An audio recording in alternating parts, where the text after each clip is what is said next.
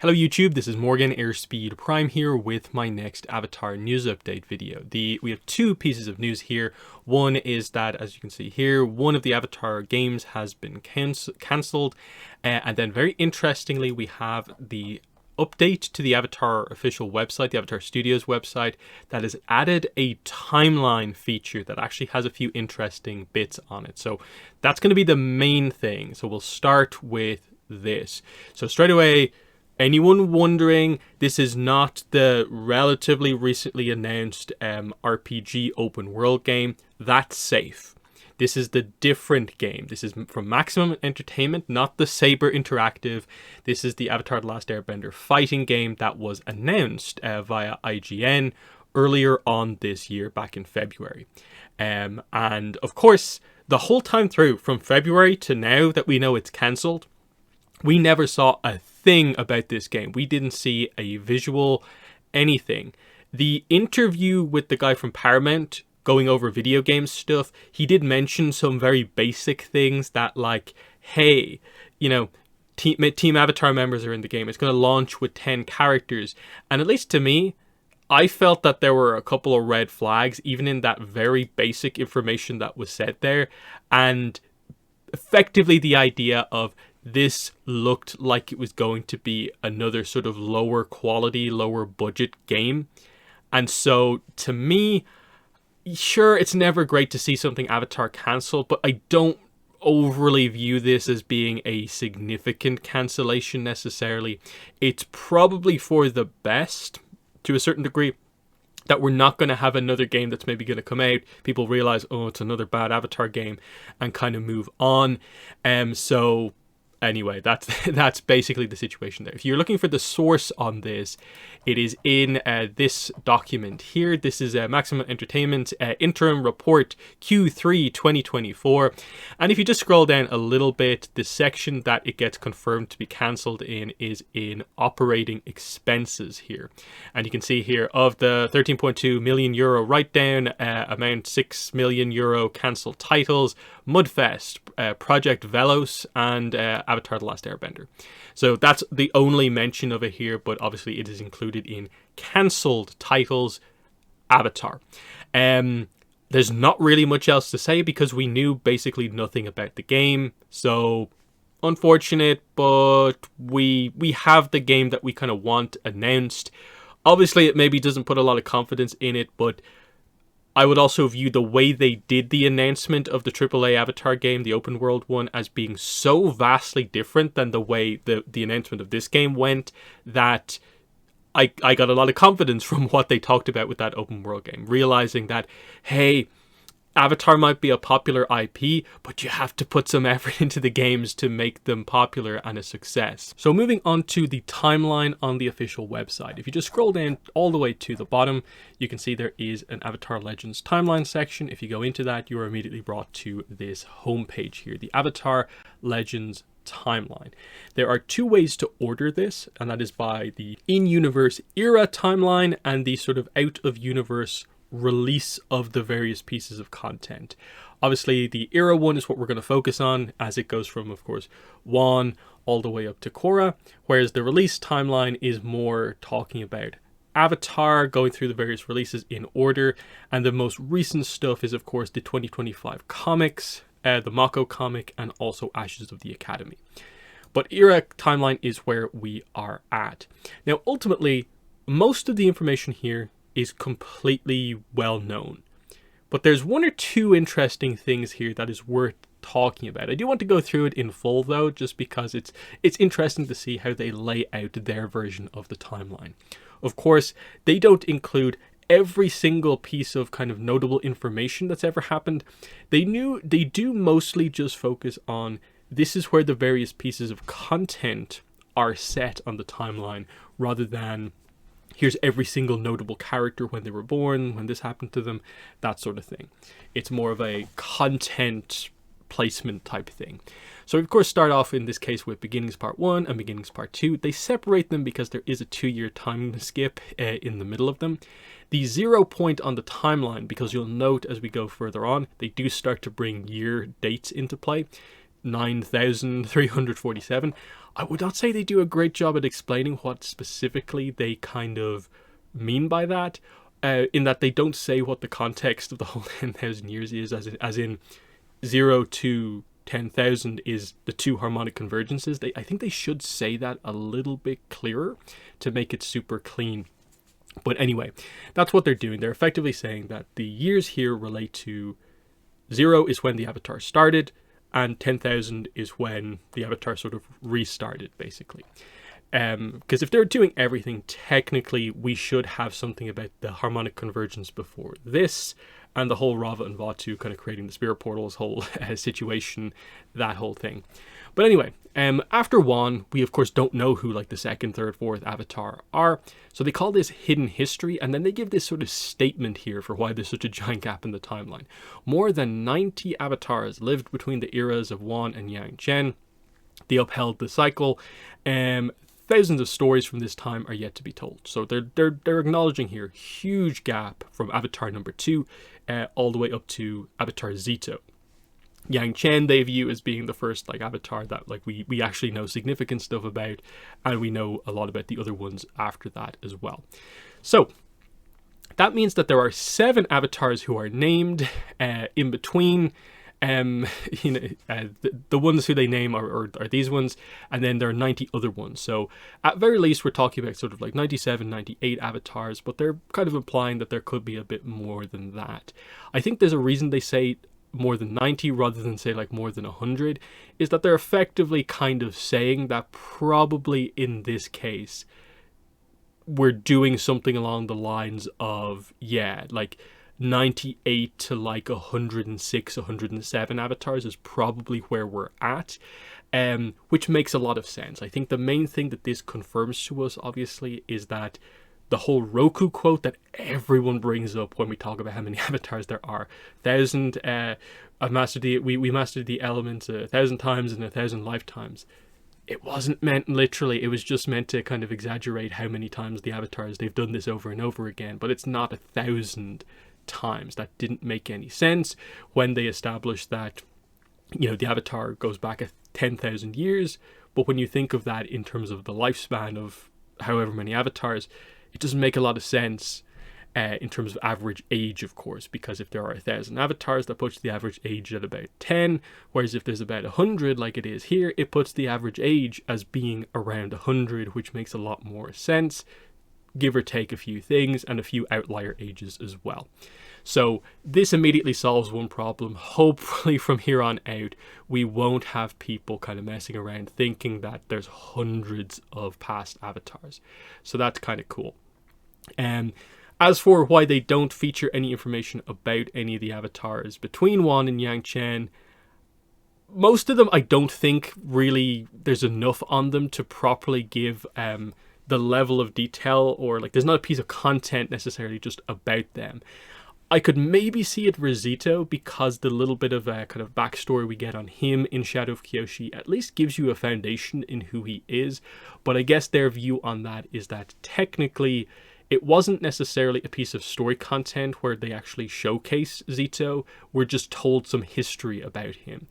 But anyway, we actually start the timeline properly with the era of Yang Chen, where they note Yang Chen's part of the Rift story takes place prior to the dawn of Yang Chen, because the Yang Chen novels directly referenced what happened in Tianhaishi, of course. Then we get the first proper reference of an actual year. In this case, 9347. Now, this is where they probably need to acknowledge the idea that more than 90 avatars lived, as in basically 9,000 years plus past, which is what they kind of do mean by this, that we don't know what happens for most of the timeline here, that this is 9347 years after this event, the formation of the avatar at harmonic convergence. That's what the number means. So we'll come back to this. This is important because this is one of the only other new pieces of information on this whole timeline, is a year placement for the Yang Chen novels.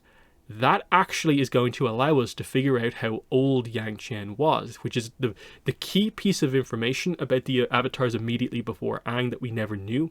we never knew how old Yang Chen was when she died. We never knew how long her era was. Just that, you know, of course, prior to Karuk, Yang Chen was this legendary avatar, but how long her era was, we didn't know. We can now figure that out, and we'll go into that in a second once we go through all this stuff. So yeah, 9347 for the first Yang Chen book, 9348 for the second Yang Chen book. Then we go into the era of Karuk, and they highlight that his Shadow of Kyoshi backstory kind of happens here, and that is followed then by the Escape from the Spirit World Karuk backstory with Umi. Which is correct. The Umi stuff happens after all the spirit shenanigans with Glowworm and so on. That's great. Also very cool that they're acknowledging Escape from the Spirit World here as, yeah, this is 100% canon. Even in 2024, 2025, it is considered canon still. Great. Kyoshi, they bring the years back into play here. 9534 for Rise of Kyoshi, 9535 for Shadow of Kyoshi, and then they give us some of the other events that we know about afterwards. So yes, after Shadow of Kyoshi is when the Chin the Conqueror incident happens. They don't give a year to this, which is a little bit unfortunate. That would have been a really cool thing, but they just at least placed them in order. This is when the Chin incident happens, which then is followed by the incident with the 46th Earth King, the Peasant Uprising, and of course the creation of the Dai Li. That's Escape from the Spirit World Kyoshi. Then we go into Roku, and of course we have Avatar and the Fire Lord takes place before and effectively like during the start of Reckoning of Roku, which then is followed by Escape from the Spirit World Roku. Which, nice that they reference it again. Obviously the RPG material is not here, I guess because it's not like full-on story content, it's just lore about an era, and that's sort of hard to place because it's effectively covering a whole section of an era. But anyway, then we go into Aang and we start to get the years again. 9929 for season 1 and Guitar and the Pirate Silver. The present day part of Escape from the Spirit World, of course, is post season 2, and that makes sense. 9930 for season 3 is a significant date because Korra is set 70 years after the end of Avatar, so it's set 70 years after this, bringing us up to 10,000 years, which is when the next harmonic convergence is. So that's spot on. Suki alone is of course set during the Boiling Rock. Right placement for it, of course. The Promise is a year after the end of the series, and this is where we get to kind of interesting as well here. They kind of do, to a certain degree, highlight how many years. I would say what they instead say here is how many years kind of haven't passed. You'll note it's still 1 year post-series. Then we go up to 2 years post-series in the Rift, and we stay in 9932 for basically all of the comics. One interesting thing, though, is that Azula in the Spirit Temple is immediately after Smoke and Shadow. It's actually before North and South, apparently, and Imbalance and all that sort of stuff. Whereas I probably would have placed it like as maybe like Azula in the Spirit Temple, like here. But they're saying it's a little bit earlier, of course. Maybe opens the door to maybe we'll see a follow-up to Spirit Temple sooner rather than later to see where Azula is just a bit afterwards. But who knows? That's just speculation. But yeah. The notable thing there is that they highlight that the comics all take place over the course of 2 years, 9931 and 32, meaning that Aang is still 15, basically. That's what it basically says. He's not quite 16 yet, as we are in the comics. Otherwise, there's not too much to really say about that stuff. We then go into Korra, and then 9997, Republic City Hustle, of course, just a few years prior to the series. Then we have actual year 10,000 for season 1 and also for season 2. Yes, there's a 6-month time skip between season 1 and 2, but I assume the way they're working this is that technically this would be like 9999.5, and this is exactly 10,000, but they just don't mess around with months to not overcomplicate it. I think you get the point here, is that this is actually the other harmonic convergence incident, exactly 10,000 years afterwards. This is the really confusing part of it, though, is that, as far as I'm aware, Season 3 takes place like 2 weeks after Season 2, not 2 years. So I think that's kind of off. And I'm not really sure what the full situation is here, because the situation is like that Korra is 17 here. And then by the time we get to season 4, she's 21. So at the very least, we're off by a year in here. So I think the reality of this probably is that this should probably still be 10,000, and then this should just be sort of like 10,003/4 kind of type thing. So I think we are +1 on a few of these. I'd like to know what their logic is behind these numbers, and not just immediately assume it's flat out wrong. But I think it's pretty clear. I'm pretty sure there is just dialogue at the start of season 3 that says like it happened a few weeks ago, because they're still dealing with the spirit vines in the city as being a thing that's literally just happened. So there's no way 2 years have passed. But interesting. So the only other thing we have to go back to is the Yang Chen stuff, or further up the list. Like I said, there are some new details that we got here. I'll actually briefly stop here. One notable thing when it comes to the years is that, of course, we have the really obvious stuff of like the harmonic convergences, and then we can track back stuff like we know how the distance from Aang to Korra's era, 70 years. We know exactly how old Korra is. We know how old Aang is, like when he dies. We know how old Roku is when he dies. We know how old Kyoshi is. The same with Karuk. But interestingly, again, we don't know how large Yang Chen's era is. So basically, when Karuk is born, compared to like when the dawn of Yang Chen actually takes place, we never knew that until now. So these 2 years are brand new dates, but they allow us to figure it out. So what we're going to do here is we're going to use the dawn of Yang Chen date here, so 9347, and also the rise of Kyoshi date, 9534, and use the other information we have about characters' ages to figure this out. So we bring them in here. So this is what I just said here. So 9534, from the timeline, Kyoshi is 16. We also have down here 9347, which is the Yang Chen one. But anyway, 16. So we go back 16 years to 9518. This is the year Kyoshi is born. This is also the year Karuk dies because of the Avatar cycle, and Karuk dies at 33 years old. This is confirmed. So we go back 33 years to 9485. This is when Karuk is born and when Yang Chen dies, and this is the number we are trying to find, and we can find it. Noticeably, we just need this date. We'll come back to that. Then we go to the other one here, which is 9347. This is when the dawn of Yang Chen takes place, and Yang Chen is 17 in this book, not 16 like Kyoshi is in the Kyoshi novel. She is actually 17.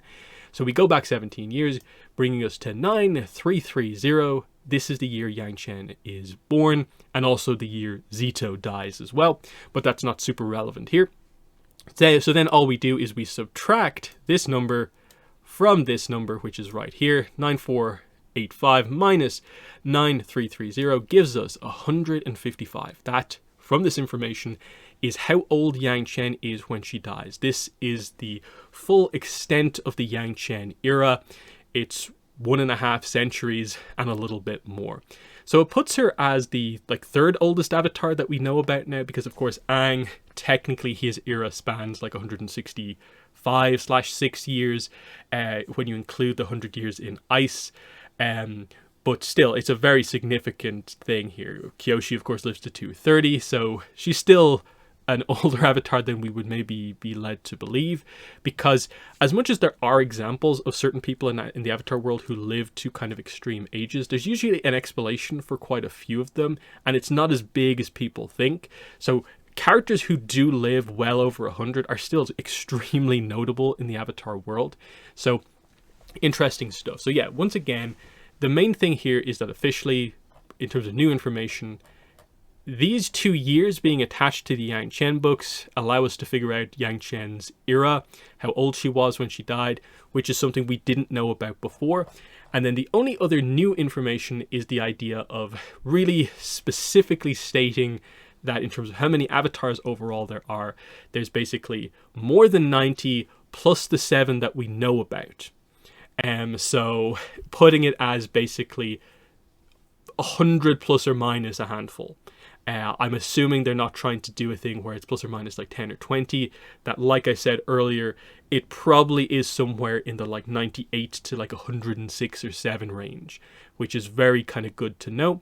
while also giving them a little bit of leeway to work out things, because I doubt we're ever going to get a full list of avatars. Now, the final thing I want to end with is just some slight doubt about maybe these numbers, just because ultimately, like I said, this timeline does not feature really that much new information at all. So it does make me question a little bit, like, why have they randomly given us the date of the novels? Maybe they had it planned out. Well, why did we not hear about this information somewhere else, from like an interview or something like that? And I just am inclined to slightly doubt that, like, they just drop us this information out of nowhere. And then the other thing is that, of course, we figure it out here, 155, weirdly, oddly, and I'm wondering, is it a coincidence or not? Why does Yang Chen's official age match the age that she's listed as in this fanon on the wiki that has been referenced before in previous canon mistake things? Specifically, what I'm talking about here is that when the Dark Horse Direct Korra statue, I think it was announced, or maybe it was the Aang one, they seem to confirm in the description that basically it was either Aang or Korra is the 82nd or Korra is the 83rd avatar, and everyone was like, where on earth did you get that from? Are you confirming how many avatars there are? It quickly disappeared, and people figured out that they must have taken that information from this list, assuming that because this is on the wiki, it's an official list of all avatars, not realizing that it's fanon, it's not canon, that whole idea. And the problem here is that I just find it very odd that the official age of Yang Chen is the same as the fanon age of Yang Chen here.